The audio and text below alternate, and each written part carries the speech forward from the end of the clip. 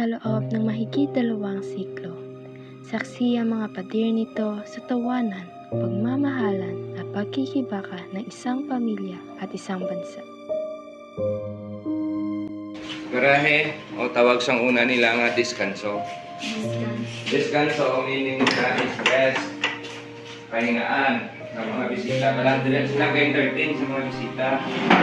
Tapos, hindi nga mga kulungkuan, isang ginagawa nilang galyanera. Hindi galyanero ha, tao na ang galyanero. Galyanera may sa mula saan dinasudlan sa mga pasalubong nila sa mula ng regalo o naghahatag sila sa kagabalay. Itinayo noong 1803 ni Don Ramon Havillan, isang kilalang negosyante at lalaking pinuno ng isang makapangyarihang pamilya. Ang Casa Marikit ay nagsilbing kanlungan ng mga henerasyon. Nasaksihan nito ang pagbangon at pagbagsak ng mga imperyo, ang ebolusyon ng isang lungsod, at ang walang hanggang diwa ng mga naninirahan dito. Palayaw na Marikit marahil sa pagtukoy sa kanyang kagandahan. Si Ramon de Villana mahigit 200 taon na ang nakalilipas, kalaunan ay pinakasalan niya si Fernando Lopez Sr., isa sa mga dating vice-presidente ng Pilipinas. Karamihan sa bahagi ng bahay ay bukas sa mga bisita simula sa silong ng dating nagsilbing opisina ng lolo ni Marikit na isang bangkero.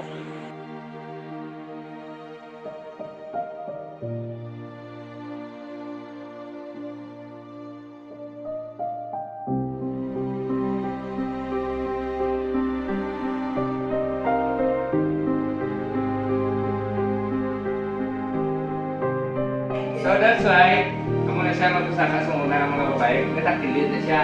Pag sa mga lalaki sa muna, magdiretso, gamon ka bawal sila kahit mag-iyahan sa bawal bulan. Kaya sila kayo kung mga resipin mo. Pero kung takilid niya ang lalaki sa muna, kaya mga babae malabang saya, pagbahay ka mong sa muna ng babae. Tuon na siya, may siya.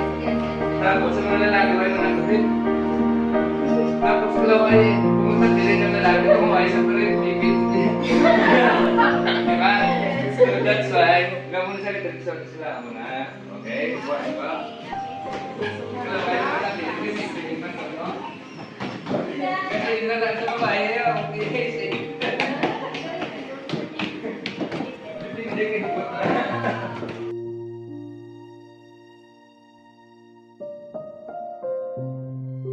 Papunta sa itaas na palapag at bubungad sa iyo ang magandang hagdanan at makikita mo kaagad ang ilang alaala na nauugnay sa pagiging dating vice-presidente ng bansa ni Lopez.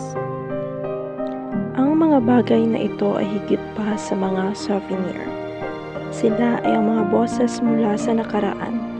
Isinasalaysay nila ang mga kwento ng pag-ibig, pagkawala, pananampalataya at hindi natitinag na katatagan ng mga Ilonggo. Ang bawat piraso ay nagsasalita tungkol sa nakaraan na nagpapaalala sa atin ng paglalakbay ng ating mga ninuno at ang mga pagpapahalagang pinanghahawakan nila.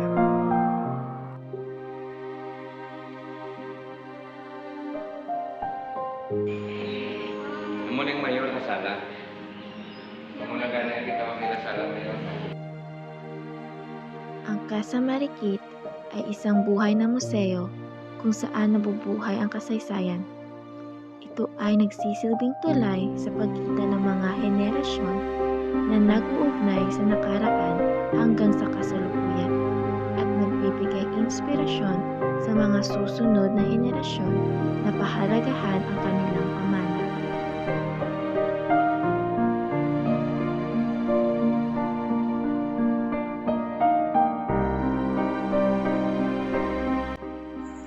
Bagamat medyo maliit ang Casa Marikit, binibigyan ka nito ng isang sulyap sa pamumuhay ng mayayamang pamilyang Ilonggo.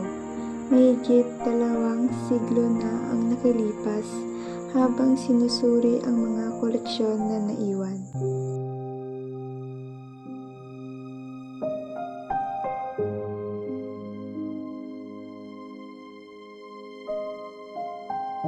eh, sa Pangasinan, gumawa sa ginaharanan. Pero mag-release lang. Pero kung assure ito ah. Ito siya. Legit na. Legit na. Tapos dari ka, tama ka na sa bawag kung gusto mo sa ginaharanan. Pero kung hindi, malimit ka lang. Ito yung kita mo sa laway, tapos Malagoan na.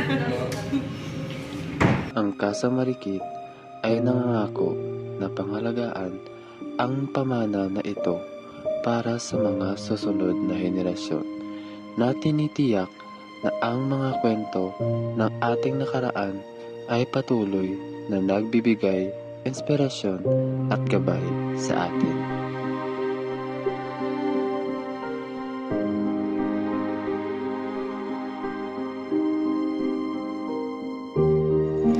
Isang pamana na napanatili.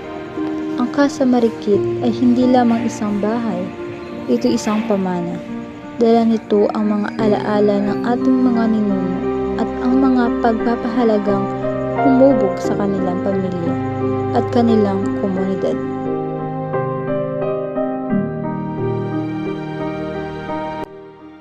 Isang namumukod-tangi ng kultura. Ang Casa Marikit ay higit pa sa ladrilyo at lusong. Ito ay simbolo ng kultural na pagkakakilanlan. Ipinagdiriwang nito ang mga natatanging tradisyon, sining at paniniwala ng mga Ilonggo na nagpapaalala sa atin ng kahalagahan ng pagpapanatili ng ating kultural na pamana para sa mga susunod na henerasyon.